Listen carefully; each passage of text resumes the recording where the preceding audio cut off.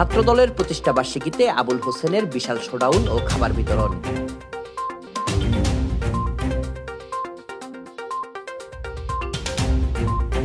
বাংলাদেশ জাতীয়তাবাদী ছাত্রদলের প্রতিষ্ঠাবার্ষিকী উদযাপন উপলক্ষে বিশাল শোডাউন ও খাবার বিতরণ করেছেন পৌর ছাত্রদলের যুগ্ম আহ্বায়ক ও জেলা ছাত্রদলের সাধারণ সম্পাদক পদপ্রার্থী মোহাম্মদ আবুল হোসেন।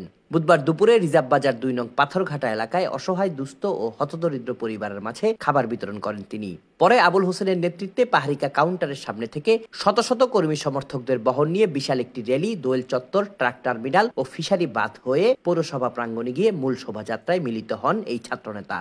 ২০০৭ সালে ২ নং ওয়ার্ড ছাত্রদলের সাধারণ সম্পাদক হিসেবে ছাত্র রাজনীতিতে যোগ দেন আবুল হোসেন। ছাত্র রাজনীতির দীর্ঘ জীবনে সর্বদা দলের নিবেদিত কর্মী হয়ে কাজ করতে গিয়ে বিভিন্ন হামলা মামলার শিকার হয়েছেন। বাকশালীদের পতনের আন্দোলনে রাজপথে থেকে সক্রিয় ভূমিকাও পালন করেছেন। তিনি এবার জেলা ছাত্রদলের সাধারণ সম্পাদক পদপ্রত্যাশী। Desk report, CST TV।